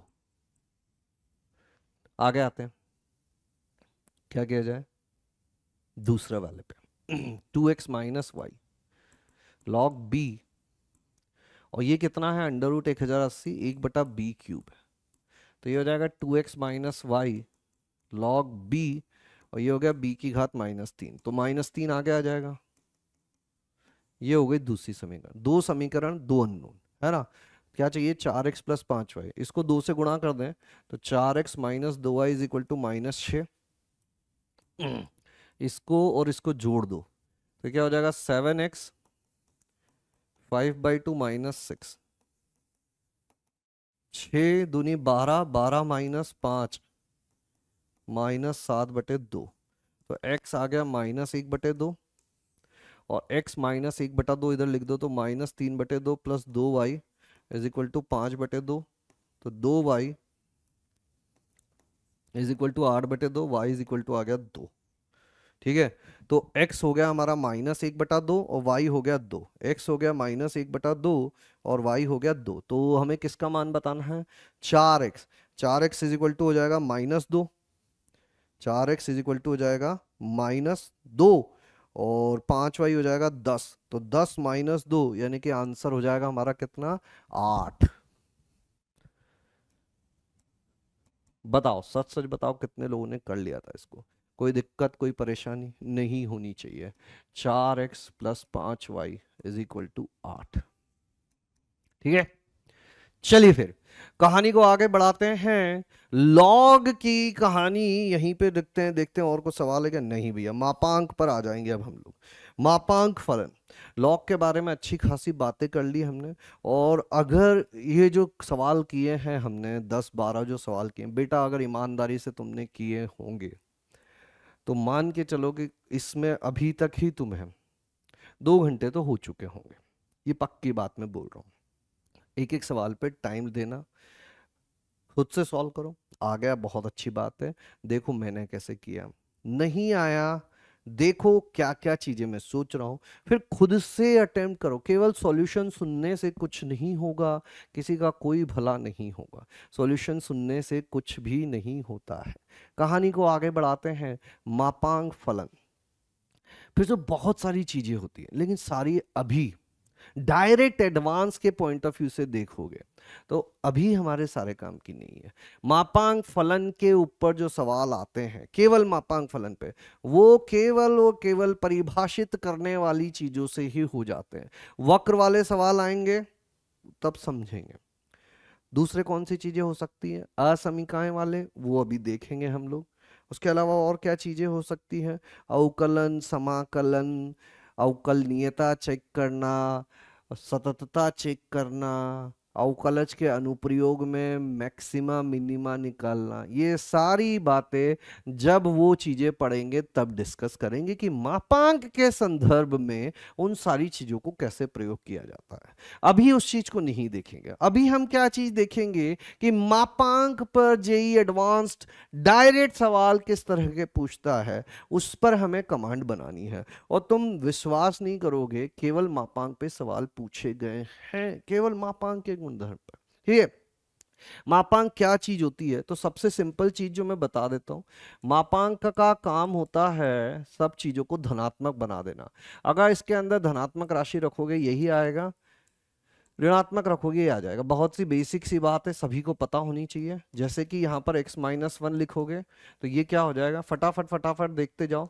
जब तक x-1 ग्रेटर देन 0 है यानी कि x ग्रेटर देन 1 है, ये ऋणात्मक हो जाएगा 1 - x जब x-1 लेस देन 0 है यानी कि x लेस देन 1 है। सिंपल सी बात है। तीसरी चीज f(x), अगर कोई भी फलन लिख दिया जाए तो ये फलन वैसा का वैसा ही रहेगा जब तक कि ये फलन धनात्मक है, और इस फलन के आगे एक माइनस लगा देना जब यह फलन ऋणात्मक है। समझ गए क्या बात को? इतना काम सीख लिया तो मापांक पर आधारित जेई एडवांस के जो सवाल आने वाले हैं 50% सवाल तो हो जाएंगे।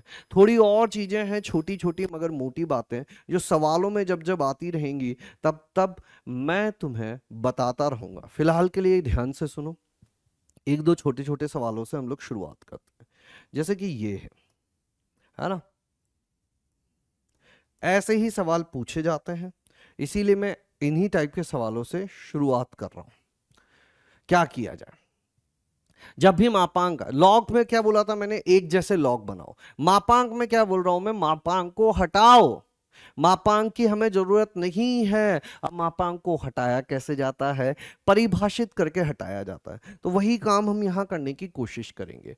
x² + 4x + 3 पर लगा हुआ है मापांक, यानी कि ये x² + 4x + 3 ही रहेगा जब तक x² + 4x + 3 धनात्मक है, और ये माइनस के साथ खुल जावेगा जब x² + 4x + 3 लेस देन 0 है। अब x² + 4x + 3 धनात्मक कब कब है, ऋणात्मक कब कब है, ये थोड़ा सा अलग से पता कर लेते हैं। तो x² + 4x + 3 ये धनात्मक कब होगा, जब x + 1 गुणा x + 3 धनात्मक होगा, -3 -1 प्लस माइनस प्लस माइनस अनंत प्लस अनंत, क्या किया जाए, x क्या हो जाएगा, माइनस अनंत से -3 यूनियन -1 से अनंत। अब यही सबसे इंपॉर्टेंट चीज हो जाती है, यही हम लोगों को समझना है कि कब मॉड प्लस से खुलेगा, कब मॉड माइनस से खुलेगा। इस चीज को भूलना मत। यहां पर केस बना देता हूं मैं, केस नंबर 1, जब x यहां से यहां तक है, माइनस अनंत से -3 यूनियन -1 से अनंत है, ऐसा है तो ये धनात्मक से खुलेगा। तो ये हो जाएगा x² + 4x + 3 + 2x + 5 = 0, है ना। ये बात ध्यान रखना कि ये बातें हम केवल और केवल तभी कर पा रहे हैं जब तक x यहां से यहां तक है। तो ये कितना हो जाएगा, x² + 6x + 8, ये हो जाएगा x + 2 गुणा x + 4।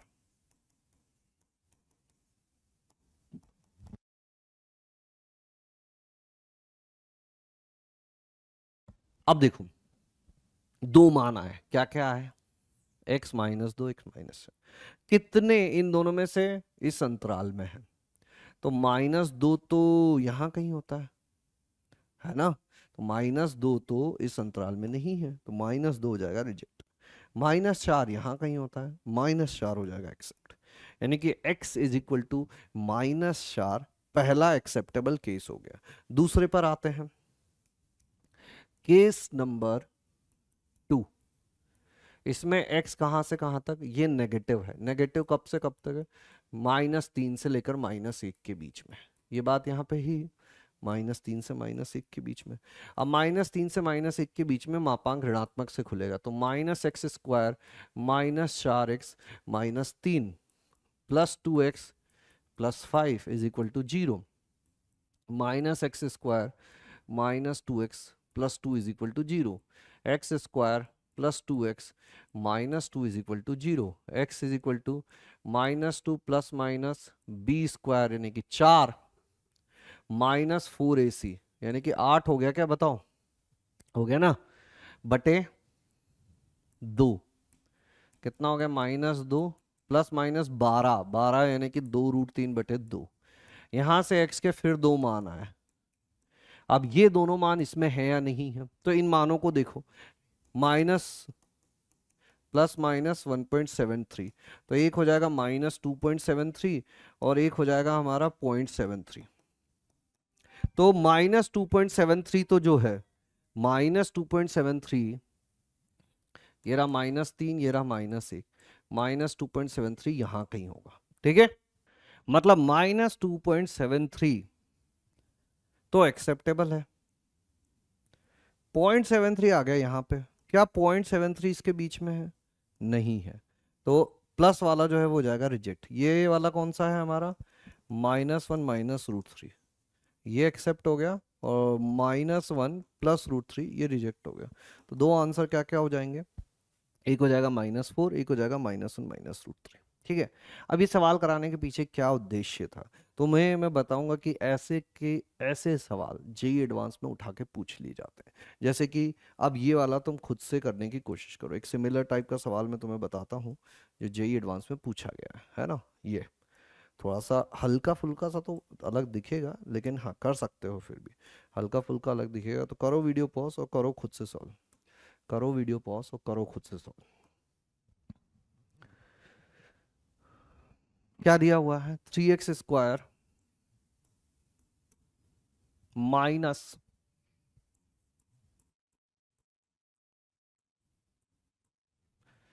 4 times mod of x² -1। Video pause करो भैया, खुद से सॉल्व करो। इस सेशन को ऐसे प्लेन वीडियो की तरह मत देखना, किसी काम का नहीं रहेगा। हर सवाल जो है वो अपने आप में हमें एक चीज सिखा के जाएगा। पहले तो मैं वही चीजें सिखा रहा हूं तुमको जो कैसे परिभाषा पर आधारित सीधे सीधे सवाल पूछे गए हैं। अब यहाँ मापांक कहाँ है, x² -1 इस पर, तो अभी x² -1 कैसा होगा, x² -1 शुड बी x² -1 जब तक x² -1 धनात्मक है, और ये हो जाएगा 1 - x² जब x² -1 ऋणात्मक है। तो ये x² -1 धनात्मक कब कब होगा, x -1 गुणा x +1 ऐसा हो जाए, यानी कि -1 +1 प्लस माइनस प्लस, ठीक है।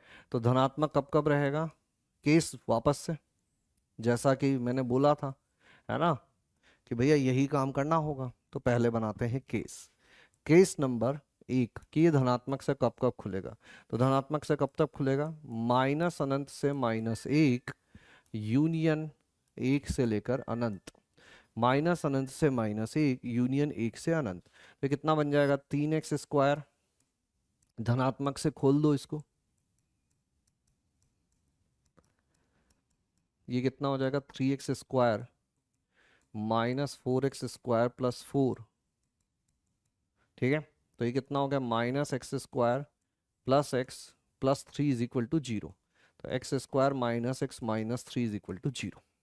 पहुंच गए क्या वहीं पर जहां पे मैंने पिछले सवाल में बताया था।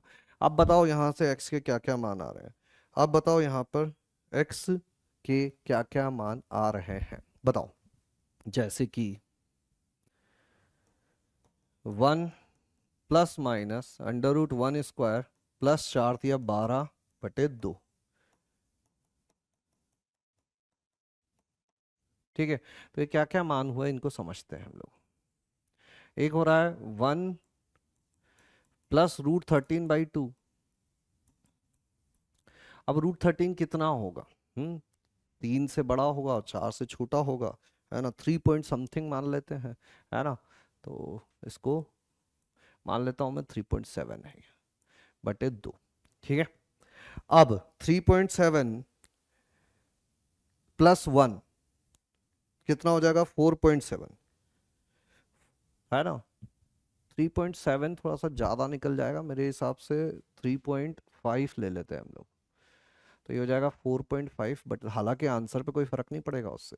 ये हो रहा हमारा 2.25 जो कि इसमें है। दूसरा कितना आ रहा है? 1 माइनस √13, 1 - √13/2। ये हो जाएगा 1 - 3.5/2, है ना। तो ये हो गया -2.5/2, यानी -1.25। ये भी इसमें मतलब ये भी एक्सेप्ट, ये भी एक्सेप्ट। देखो ये इससे छोटा है, मिल गया हमको, और ये इससे बड़ा है, ये भी मिल गया। दो तो यहाँ से मिल गए। आगे बढ़ाते हैं कहानी को। केस 2, केस 2 में लिख दो x कहाँ से कहाँ तक होगा? x हो जाएगा हमारा -1 से लेकर 1 तक। x -1 से 1 के बीच में है तो मापांक ऋणात्मक से खुलेगा। 3x² - 4, ये कितना हो जाएगा? 1 - x²,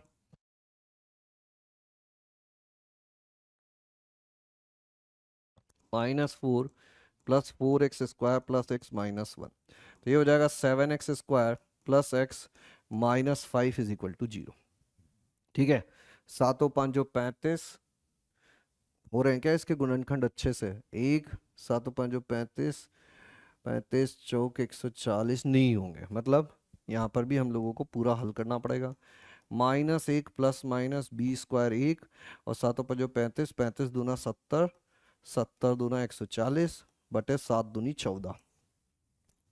ये आ गया -1 प्लस माइनस √141 बटे 14। अब 141, 141 लगभग कितना होगा? तो 12 का वर्ग होता है हमारा 144, तो 11.8 के आसपास मान सकते हैं इसको, है ना। 11.8 या फिर 11.9 के लगभग बोल सकते हैं इसको। तो ये मान लेते हैं ये 11.9 एक बार जोड़ दिया गया,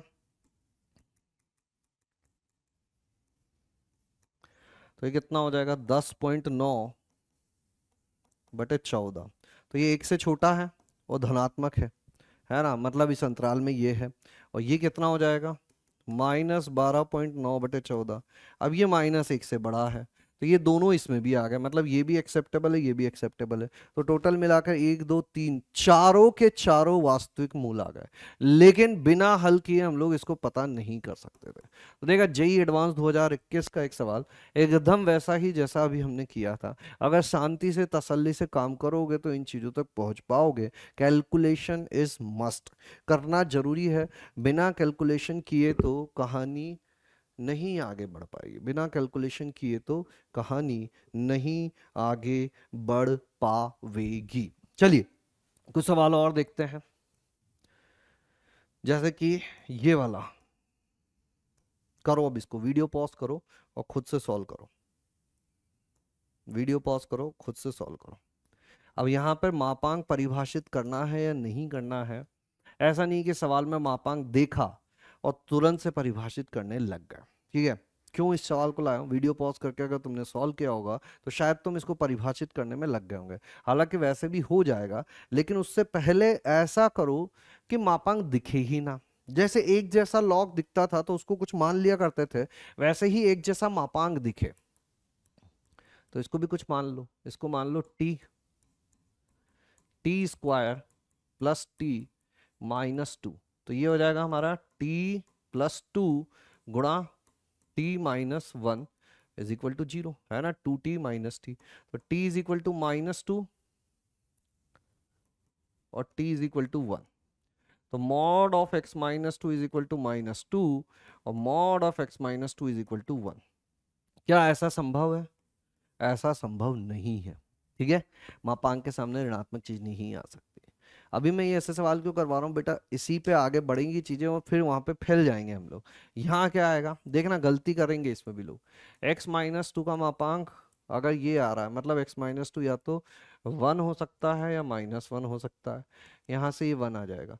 तो x = 3 और x = 1, तो 3 + 1 ये कितना हो जाएगा 4, आंसर हो जाएगा 4। कुछ लोग क्या करते हैं, हलों की संख्या ही लिख के चले जाते हैं कि 2 हल आ रहे हैं, या फिर इसी पे लिख देंगे कि x-2 का मान 1 आ गया, वो भूल जाते हैं कि x में लाना था, t पर ही मान लिख के आगे बढ़ जाते हैं। तो ये सारी चीजों से हम लोगों को थोड़ा बच के चलना पड़ेगा, जरा बच के, जरा हट के। ये है जैसे कि ये सवाल करो, अब ये बड़ा अच्छा सवाल है, ये बड़ा अच्छा सवाल है, इसमें एक ऐसी राज की चीज निकल के आएगी, देखते हैं कितने लोग इसको हिला पाते हैं। देखो भैया, ये जो चैप्टर है ना, ये थोड़ा सा अलग टाइप का चैप्टर है। इस चैप्टर में कॉन्सेप्ट के नाम पे ज़्यादा चीज़ें नहीं है, आगे आने वाले चैप्टर बहुत इंपॉर्टेंट होते चले जाएंगे हमारे लिए, ठीक है। तो चाहे इसको उतना तवज्जो ना दो, क्योंकि अगर आजकल तो हर साल या तो लॉग का या मॉड का सवाल आ ही जाता है, फिर भी बाकी चैप्टर की तुलना में इसका वेटेज कम रहता है। इसका इंपॉर्टेंस हमारी जो 12वीं की गणित है, अवकलन गणित, समाकलन गणित, वहां बहुत ज्यादा है, और ये उसी टाइप का एक सवाल आने वाला है। देखो अब क्या किया जाए, यहां पर क्या हो रखा है, अगर तुम इसको परिभाषित भी कर दोगे तो भी एक समस्या यह है कि इधर घातांक फलन लिखा हुआ है, इधर मापांक फलन लिखा हुआ है। कैसे समझाता हूं तुमको, मान लो थोड़ी देर के लिए कि 2 की घात x को तुमने t मान लिया, तो ये कितना बन गया t-1, और इधर क्या है t गुणा t-2। अब तुमने परिभाषित भी कर दिया, तुमने बोला कि सर जब तक t 1 से बड़ा है इसको धनात्मक से खोल देते हैं, ये लो खोल दिया, है ना। तो ये कितना हो जाएगा t + 4 और ये t² -2t, ठीक है। अब यहाँ पे क्या बन गया, ये t² -3t -4, है ना। और यहां से क्या आ जाएगा हमारा t-4 गुणा t + 1, तो t के 2 मान आ गए 4 और t = -1।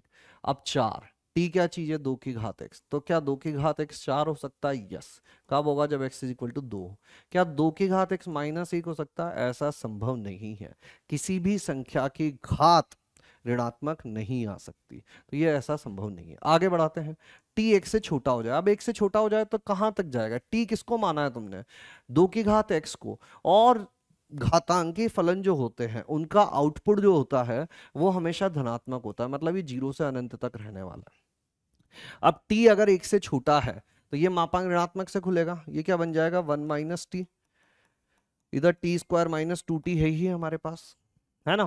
तो ये कितना हो गया 6 - t = t² -2t, तो ये हो गया t² -t -6, ये हो गया t -3 t + 2, t = -2, ठीक है। t = 3, t = 3 कितना, मतलब 2 की घात x = 3, और ये 2 की घात x = -2, ये फिर से संभव नहीं है।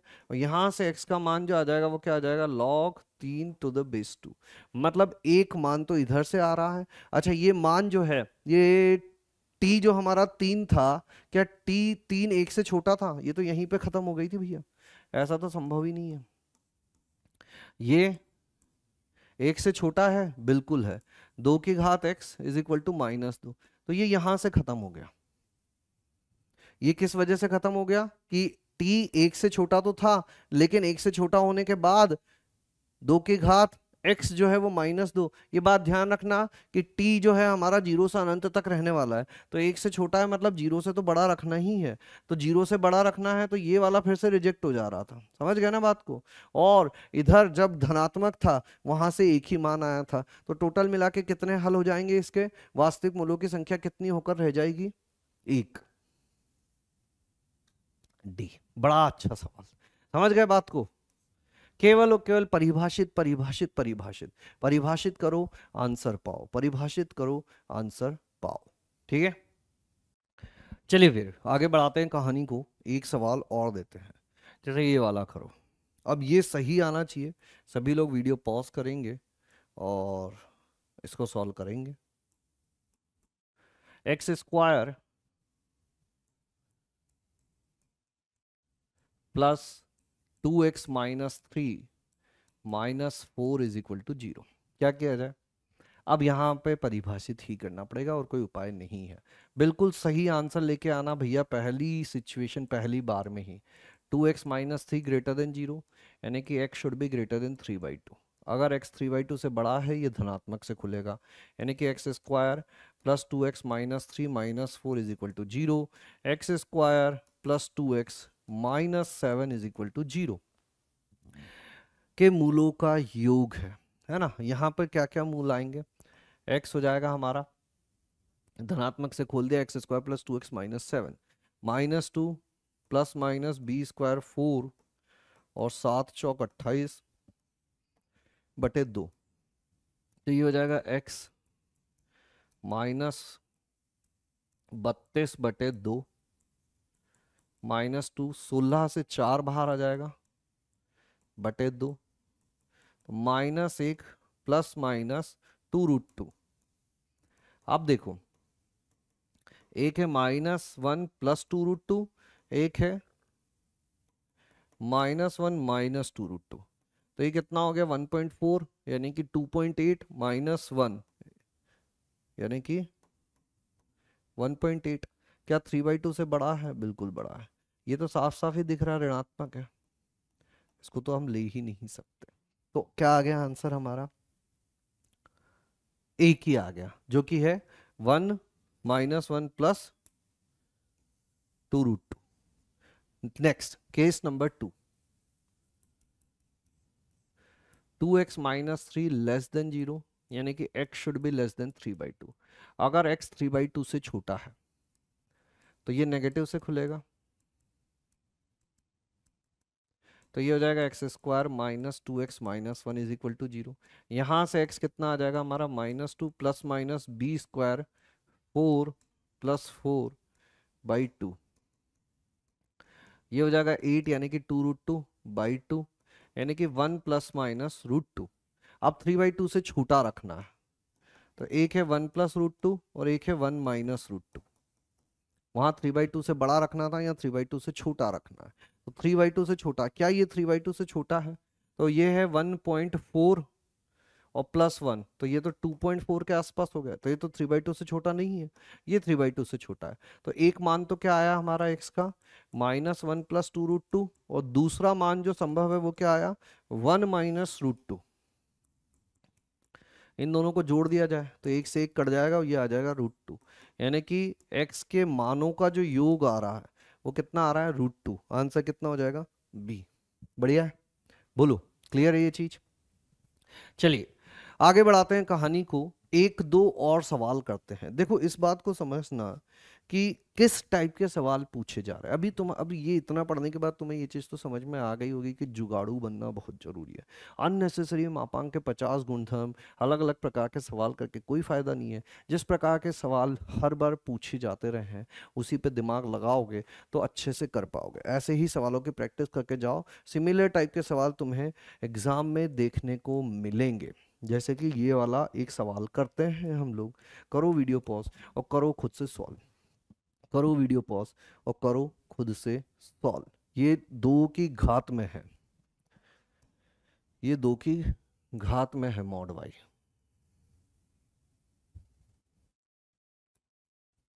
ठीक है, तो एक मॉड यहां लग रहा है, एक मॉड यहां लग रहा है। ठीक है, अब देखो मॉड वाई तो कैसा होगा?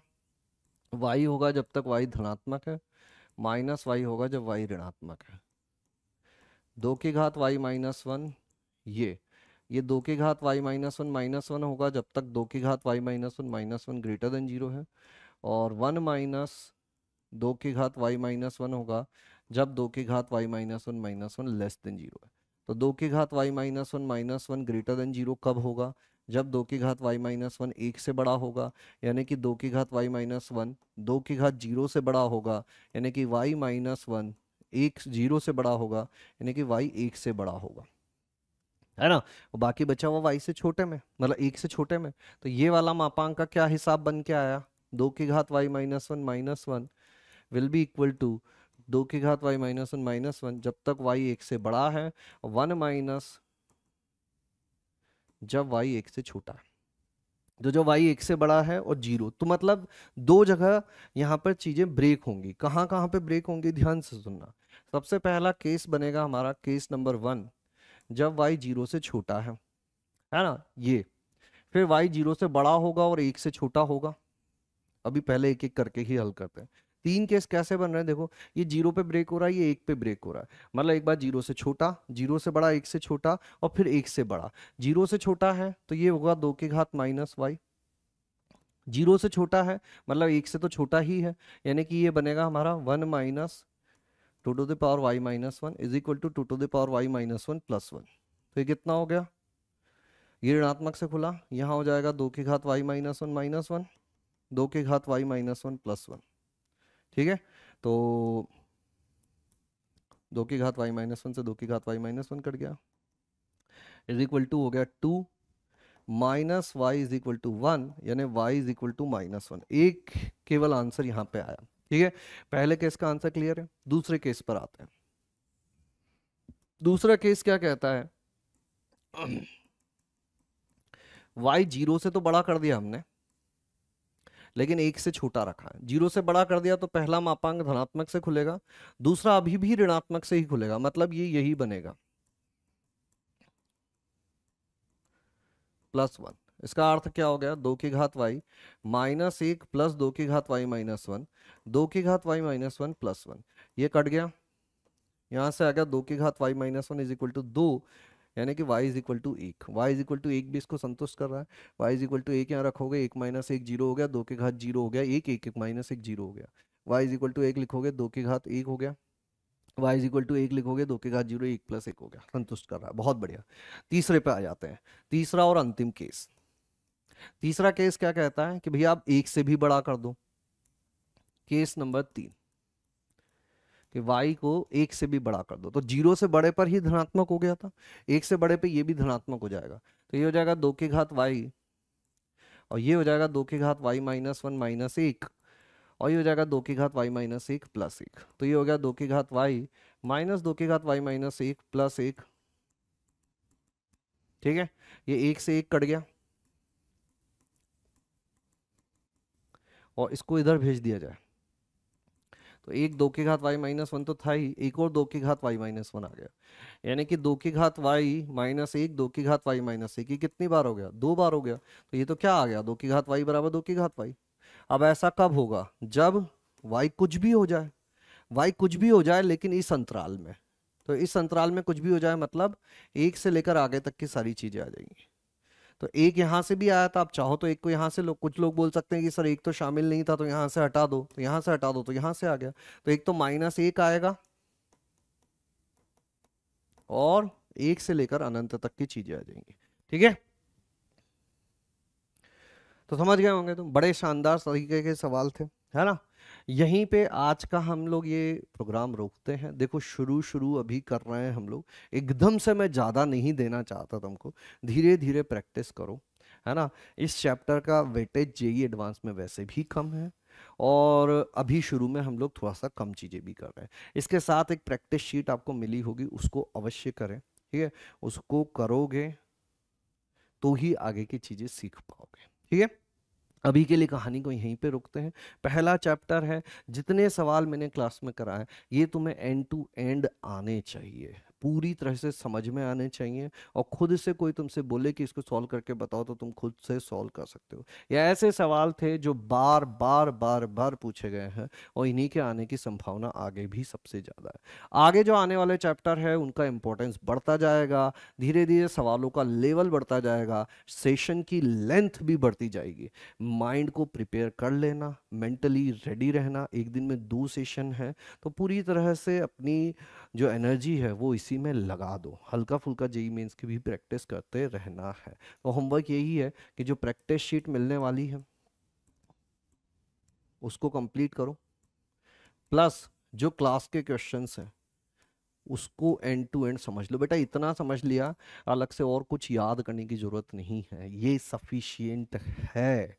पहले इतना कर लो, जब इतना हो जाए तो एक्स्ट्रा की तरफ जाना। जैसे ही जेई मीन्स पार्ट 2 खत्म होगा चीजें और बढ़ जाएंगी। अभी थोड़ा सा कम रख रहे हैं, दो कारण है, जेई मीन्स पे भी ध्यान देना है। शुरू शुरू है, एकदम से ज्यादा देंगे तो झेलने में दिक्कत हो जाएगी तुम्हें। तो इसीलिए पहले हल्का फुल्का काम करो, धीरे धीरे हम लोग स्पीड और एक्यूरेसी बढ़ाएंगे, ठीक है। चलिए, आई होप आज का सेशन आप लोगों को यूजफुल लगा होगा। जिन लोगों ने ईमानदारी से काम किया होगा उनको काफ़ी सारी चीज़ें सीखने को मिली होगी, उनको पता चला होगा जी एडवांस में कैसे सवाल पूछे जाते हैं, और इन सारे सवालों को करने के बाद वो थोड़ा कॉन्फिडेंट फील कर रहे होंगे, ठीक है। चलिए, आज के लिए इतना ही, मिलेंगे नेक्स्ट सेशन में नेक्स्ट टॉपिक के साथ। तब तक के लिए थैंक यू, धन्यवाद।